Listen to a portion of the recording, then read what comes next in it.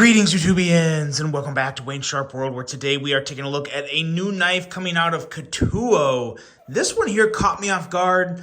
I saw it drop, and I thought it looked pretty nice, but I wasn't exactly, in a massive rush to get it.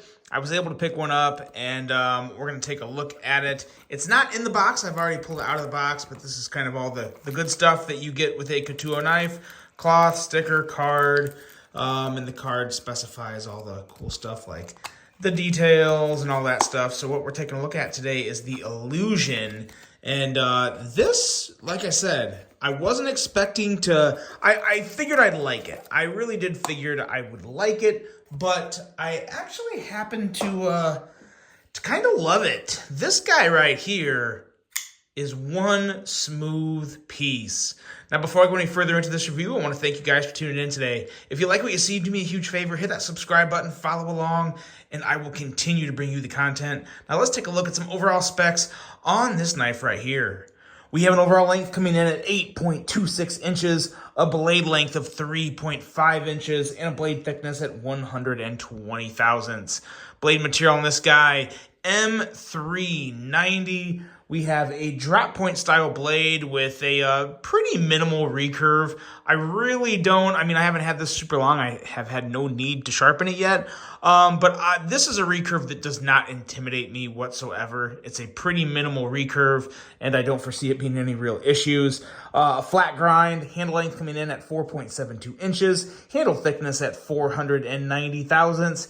Handle material on this guy is titanium with a frame lock for the locking mechanism, but boy, oh boy, does this thing have a detent that is perfection with a user of a right hand only tip-up carry, weight coming in at 4.1 ounces, and a price that for what you get here, for all the detail, not too bad for 250 bucks. I have zero complaints for 250 bucks for this knife. That right there has so much to do with why I don't have a big issue with 250 bucks for this knife, because man, oh man, this thing is just so stinking smooth. I'll save the gloating about the action until we get to the action portion, but man, oh man, it's hard to deny it. It's hard not to jump straight to talking about how good the action is on this one. But first, let's do some size comparisons, see how it stacks up with some other pieces. And I'll bring out some other Ketuo manufactured knives. A couple of my favorites here. This one here is technically a carbon knives, but it's manufactured by Ketuo. This is the Buckhorn. And then, your knives will not come with cat hair.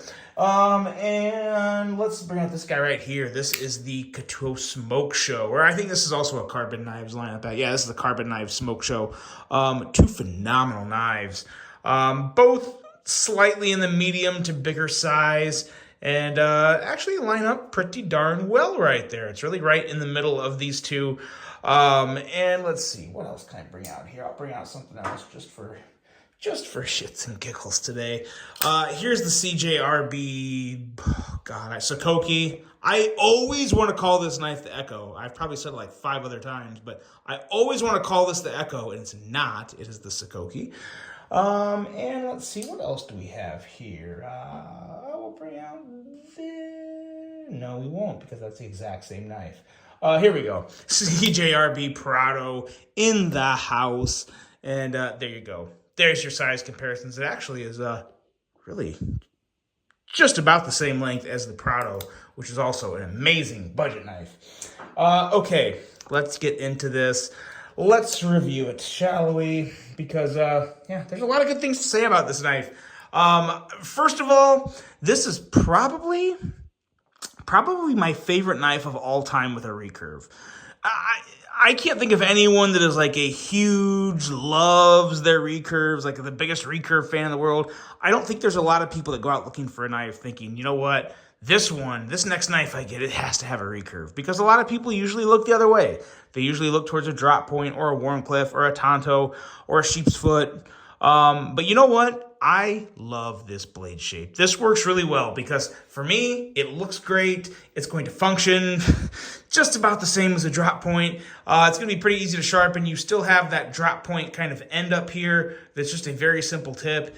And a lot of people, not everybody, but a lot of people this part of the knife right up here, this upper portion of the tip, is going to be used for 75+% of their cuts, if not more. Let's be real. That's not everybody, but that is a lot of people. So I don't let the recurve scare me at all. Like I said, it's minimal, and it actually happens to look really good, and it has a very, very slicey edge coming in at 15 thousandths.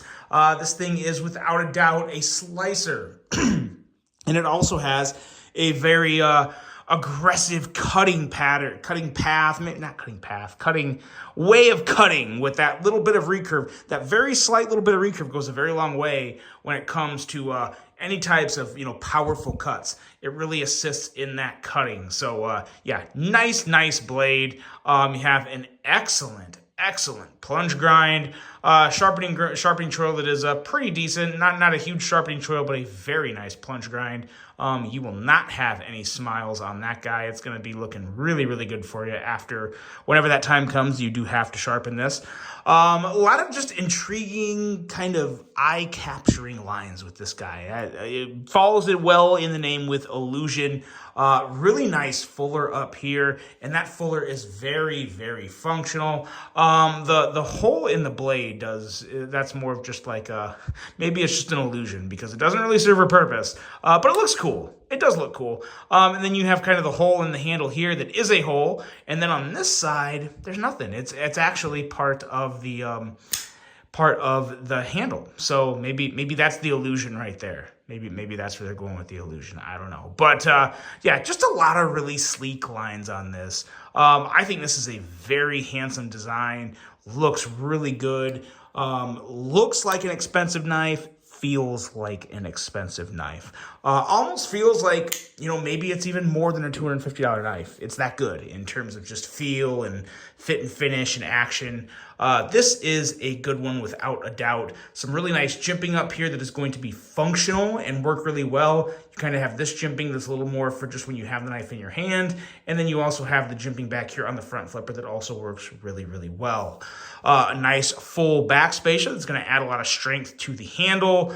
And again, like I said, a frame lock that, man, oh man, the lockup on this is rock solid, but the detent is on point. Also really like this pocket clip here.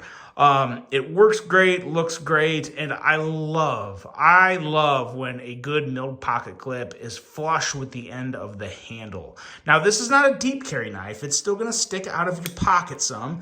As you can see, you're going to have roughly that much of the knife sticking out of your pocket, which to me is no big deal whatsoever. It's going to carry really well in the pocket. I really enjoyed how this carried in my pocket, and it just, again, look at that design from a closed angle. This thing is just kind of captivating. It is a really good looking knife, and it's so nice when a knife that looks good performs better or just as good, and the ergos are right up there with it. This thing feels good in the hand. The choil works. A lot of contouring and chamfering all over the handle to make it feel really good in your hand. And yeah, it's good to go in the blade and handle department of this knife. Top qualities, top design, no issues there. Now we get to talk about the action. I've said so much about it, there's really not a whole lot more to say. Perfect detent, front flipper, on point. You can definitely do that good old reach around there. It's a little stiffer on the reach around, but very doable. And then the middle finger flick. This middle finger flick, maybe that's part of the illusion. Once you break that detent, man, this thing is stupid smooth kicking that blade out on the middle finger flick. It is so good. Kind of feels like someone already bathed it in lube and gave it that little extra something for that really crisp, clean, smooth action, but it has it right out of the box. So this is a really good one that I am very impressed with. This is turning out to be probably a top 3 or top 4 favorite knife from Ketuo for me. And that says a lot because Ketuo has had a lot of amazing designs come out over the past year, particularly the carbon lineup with the smoke show and the buckhorn that you saw. That was really, really good. And then there's been a couple other ones that are just fantastic. So at the absolute worst, this is in the top 5. This is more likely to be, I would probably put this at 3rd or 4th. Maybe I'll come out with a list of Ketuo manufactured knives because, man, oh man, good stuff going on at Ketuo, and I hope it continues. I really hope it continues. This is, dare I say it, even a Knife of the Year contender in the $250 category. I think that category is 180 to 250 or 175 to 250. Very, very much a competitive knife in that price category. Really good piece. The Ketuo Illusion. Let me know what you guys think of this piece. I really hope you enjoyed this video. Hope you have a great rest of your day. And until the next one, I'm out.